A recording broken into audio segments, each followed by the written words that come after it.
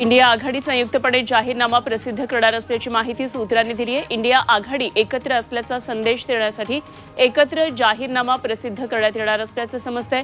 पुढचे 2-3 दिवसांमध्ये हा जाहीरनामा प्रसिद्ध केला जाऊ शकतो। सांगलीतून काँग्रेसचे नेते विशाल पाटील यांनी तिसरा उमेदवारी अर्ज दाखल केला, त्यामुळे महाविकास आघाडीमध्ये हा तणाव वाढलाय। तिन्ही पक्षांच्या अधिकृत जागा वाटप झालेल्या जर कोणी बंडखोरी करत असेल तर त्या पक्षाने त्या थांबवाव्यात असा इशारा उद्धव ठाकरे यांनी काँग्रेसला दिला। तर विशाल पाटील यांना एबी फॉर्म दिला नाही, त्यांच्याशी अजूनही संवाद सुरू आहे असं स्पष्टीकरण बाळासाहेब थोरात यांनी दिले।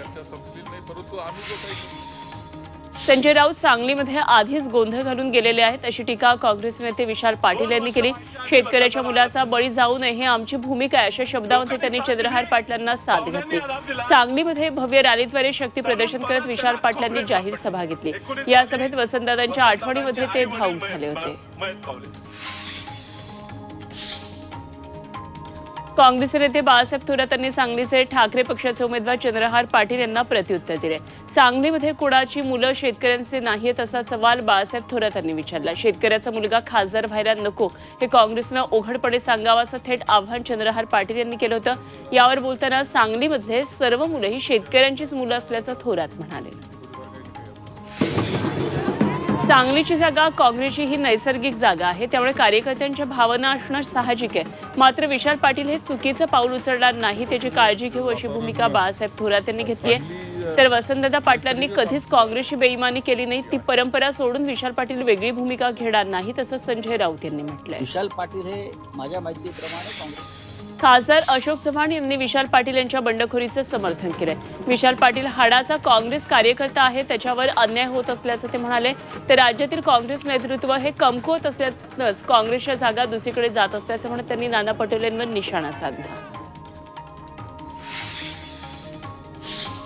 साताऱ्यामधून उदयनराजे भोसलेंना उमेदवारी जाहीर करण्यात आली। साताऱ्याच्या जागेवर भाजपकडून उदयनराजेंना उमेदवारी देण्यात आली। उमेदवारी जाहीर झाल्यानंतर कोरेगावमध्ये फटाक्यांची आतिषबाजी करण्यात आली। उदयनराजेंसमोर आता मवियाच्या शशिकांत शिंदे यांचं आव्हान असणार आहे। उदयनराजे भोसले यांना तिकीट मिळाल्याचा आनंद आहे, प्रतिक्रिया उपमुख्यमंत्री देवेंद्र फडणवीस यांनी दिली आहे। उदयनराजे पुन्हा दिल्लीला जातील, त्यांना माझ्या शुभेच्छा अशी प्रतिक्रिया फडणवीसांनी दिली आहे। उमेदवारीसाठी दिल्लीपुढे झुकले अशा शब्दांमध्ये जितेंद्र आव्हाड यांनी उदयनराजेंवर टीका केली। दिल्लीच्या तख्ताला आव्हान देणाऱ्या गादीचा तरी मान उदयनराजेंनी ठेवायचा होता असं आव्हाड म्हणाले। ही जनतेची क्रूर चेष्टा आहे, जनता तुम्हाला जागा दाखवल्याशिवाय राहणार नाही असा इशारा सुनील तटकरे यांनी अनंत गीतेंना दिला। जनतेवरील संकटावेळी कुठे होता त्याची टीका विरोधक करतात असं पत्रकारांनी म्हटल्यावर या टीकेची दखल घ्यावी वाटत नाही असं गीते हसून म्हणाले होते। त्यावर तटकरे यांनी गीतेंचा समाचार घेतला।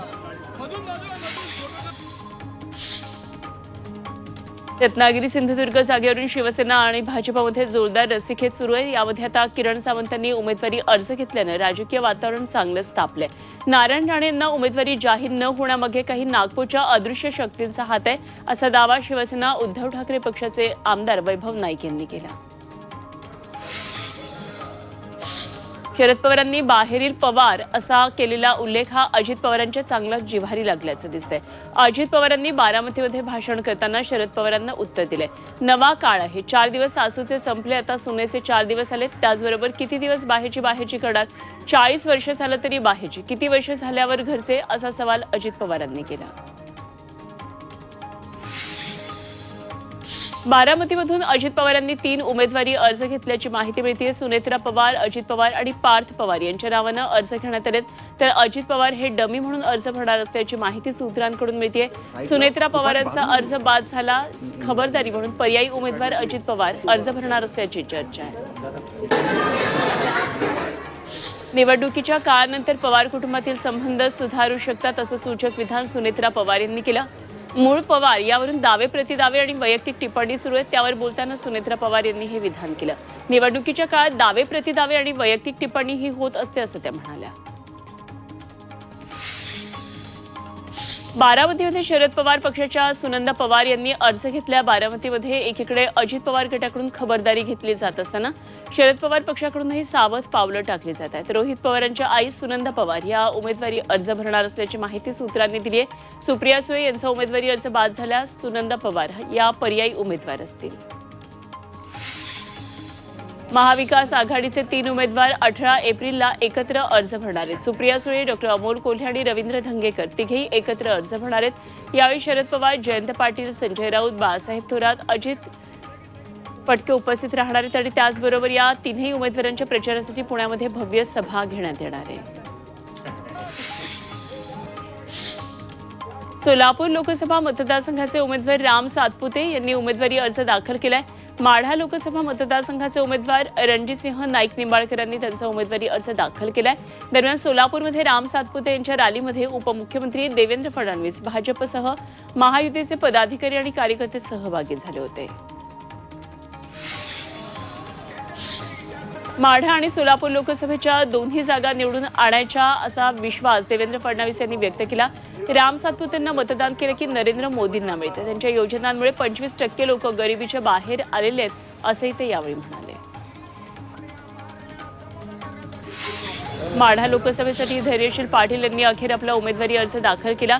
काही मोजक्या कार्यकर्त्यांसोबत त्यांनी उमेदवारी अर्ज भरला आणि ते आता महाविकास आघाडीचे अधिकृत उमेदवार असतील आणि शेतकरी, विद्यार्थी आणि सर्वसामान्यांसाठी आपण लढणार असा विश्वास धैर्यशील पाटील यांनी व्यक्त केला.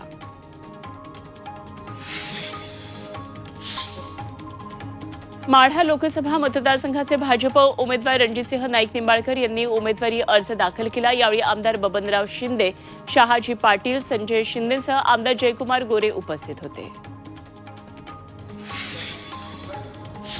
फलटणमध्ये महाविकास आघाडीचे उमेदवार धैर्यशील मोहिते पाटील यांच्या प्रचाराचा शुभारंभ झाला. यावेळी कार्यक्रमाला 50 वाहनांच्या ताफ्यासह ते अकलूजमध्ये दाखल झाले. विशेष म्हणजे त्यांनी आणलेल्या वाहनांवर फलटणकर आमचं ठरलंय अशा आशयाचे स्टिकर्स लावले होते. तसंच त्यावर तुतारीचं चिन्ह पाहायला मिळालं. मवियाचे उमेदवार खासदार विनायक राऊत यांनी उमेदवारी अर्ज दाखल केला. अर्ज दाखल करण्यापूर्वी त्यांनी रत्नागिरीचे ग्रामदैवत भैरीबुवाचं दर्शन घेतलं. जरी विनायकमधील गणेश मंदिरामध्ये बाप्पाची चरणी नतमस्तक झाले. यावेळी मोठ्या संख्येनं इंडिया आघाडीचे कार्यकर्ते उपस्थित होते. धाराशिवमधील महाविकास आघाडीचे उमेदवार ओमराजे निंबाळकर यांनी आपले उमेदवारी अर्ज दाखल केला. शहरभर रॅली काढून मोठं शक्ती प्रदर्शन करत उमेदवारी अर्ज दाखल केला. धाराशिवमध्ये महायुतीत बंडखोरी होण्याची चिन्हे शिवसेना शिंदे गटाचे नेते तथा माजी खासदार रवींद्र विश्वनाथ गायकवाड बंडाच्या तयारीत असल्याचं समजते. माजी खासदार रवींद्र गायकवाड यांनी 4 लोकसभा उमेदवारी अर्ज खरेदी केले, तेव्हा ते अपक्ष म्हणून उमेदवारी अर्ज भरणार असल्याची चर्चा आहे. मावळमध्ये निवडणूक आयोगाची पत्रकार परिषद झाली. मतदारसंघातल्या 13 मेला मतदान प्रक्रिया पार पडणार आहे. या ठिकाणी 25 लाख मतदार मतदान करणार आहेत. संवेदनशील मतदारसंघांवर प्रशासनाकडून लक्ष ठेवण्यात येणार आहे. काँग्रेसचे नेते बाळासाहेब थोरात यांच्या उपस्थितीत काँग्रेस भवनात बैठक पार पडली. बैठकीमध्ये दिंडोरी आणि धुळे या लोकसभा मतदारसंघाचा आढावा घेतला गेला. धुळ्यामध्ये डॉ. तुषार शेवाळे इच्छुक होते, मात्र त्यांना उमेदवारी देण्यात आलेली नाही. त्यामुळे शेवाळे नाराज होते. तेही या बैठकीला उपस्थित होते. आता कोणाची नाराजी नाही असा दावा बाळासाहेब थोरात यांनी केला. चोरलेल्या गोष्टीवर कोण विश्वास ठेवतं का असं म्हणत अमोल कोल्हेंनी अजित पवारांना धारेवर धरलं. चोरलेली गोष्ट कोण अभिमानानं मिरवतं का असा थेट सवाल कोल्हेंनी केला. स्वाभिमान आणि पक्षनिष्ठा यांचा वस्तुपाठ सांगत उपमुख्यमंत्री अजित पवारांवर जोरदार टीका केली. शिरूरचे उमेदवार अमोल कोल्हेंनी माहितीच्या सर्व नेत्यांचा चांगलाच समाचार घेतला. मुख्यमंत्री 2 वेळा, नागपूरकर उपमुख्यमंत्री 2 वेळा तर बारामतीकर उपमुख्यमंत्री 7 ते 8 वेळा शिरूर लोकसभा मतदारसंघात आले. आता उद्या केंद्रीय मंत्री सुद्धा येतील. एवढे सगळे मंत्री, मुख्यमंत्री एका सामान्य शेतकऱ्याच्या पोराला घेरत असतील तर ही ताकद एकट्या अमोल कोल्हेंची नाही तर जनतेची आहे असं कोल्हे म्हणाले. शिवाजी आढळराव पाटलांच्या दत्तक करंदी गावामध्ये ते बोलत होते. राष्ट्रवादी शरदचंद्र पवार पक्षाचे आमदार रोहित पवारांनी अजित पवारांना पुन्हा डिवचलं. पवार साहेबांसोबत होते तेव्हा दादा आदेश द्यायचे, मात्र आता ते दिल्लीच्या इशाऱ्यावर चालतात. त्यांना आता आदेशानुसार काम करण्याची सवय लागली अशी टीका रोहित पवारांनी केली. एकनाथ खडसेंचे समर्थक उदयसिंग पाडवी हे शरद पवारांसोबतच राहणार असल्याची घोषणा त्यांनी केली आहे। उदयसिंग पाडवी हे खडसेंचे निकटवर्ती म्हणून ओळखले जातात। मात्र आम्ही शरद पवार यांच्या पक्षासोबतच राहणार आहोत, महाविकास आघाडीच्या उमेदवाराला मदत करणार असं त्यांनी सांगितलं। मनसेनं भाजपला पाठिंबा दिला की द्यायला लावला याचा शोध घ्यायला पाहिजे असा टोला शिवसेनेचे भास्कर जाधव यांनी लगावला। अजित पवार आणि एकनाथ शिंदेंच्या जागा जाहीर करण्याची वेळ आल्यावर भाजपनं नाटकं केली, त्यामुळे त्यांनी एकनाथ शिंदे आणि अजित पवार यांचा विश्वासघात केला अशी टीका त्यांनी यावेळी केली। गुंडांना जी भीती असायला पाहिजे ती आता राहिली नाही असं म्हणत आदित्य ठाकरेंनी सरकारवर टीका केली। अभिषेक घोसाळकर यांची हत्या करण्यात आली, आता सलमान खान यांच्या घरावर गोळीबार झाला। जर गुंड मंत्रालयामध्ये जाऊन रील्स काढायला लागले तर सरकारचं लक्ष कुठे आहे असा सवाल करत त्यांनी सरकारवर हल्लाबोल केला। शिवसेना पक्ष आणि धनुष्यबाण चिन्ह याचिकेवर पुढच्या महिन्यामध्ये सुनावणी होणार आहे। निवडणूक आयोगानं पक्षाचं नाव आणि चिन्ह एकनाथ शिंदेंना देण्याच्या निर्णयाविरोधात ठाकरे गटानं याचिका दाखल केली होती आणि या याचिकेवर 19 एप्रिलला सुनावणी होणार होती। आता ही सुनावणी 6 मे रोजी होण्याची शक्यता आहे। शिवसेना आमदार अपात्रता प्रकरणात 26 एप्रिलला सुनावणी होणार आहे। विधानसभा अध्यक्ष राहुल नार्वेकर यांच्या निर्णयाविरोधातील याचिकेवर ही सुनावणी होणार आहे। राहुल नार्वेकरांनी एकनाथ शिंदे यांचे आमदार अपात्र केले नाहीत म्हणून ठाकरे गटानं याचिका दाखल केली, तर मुंबई हायकोर्टात सुनावणी घेण्यासाठी शिंदे गटानं याचिका दाखल केली आहे। शिवसेना ठाकरे पक्षानं पत्रकार परिषद घेत आपलं प्रचार गीत लॉन्च केलं। शिवसेनेचा उमेदवार असलेल्या मवियाच्या सर्व कार्यकर्त्यांना मशाल चिन्हाचा वापर करण्याचं आवाहन उद्धव ठाकरेंनी केलं। या प्रचार गीतामध्ये बाळासाहेब ठाकरेंपासून ते आदित्य ठाकरेंपर्यंतचा प्रवास रेखाटण्यात आलाय। यामध्ये सर्वसामान्य शिवसैनिकांना स्थान देण्यात आलंय।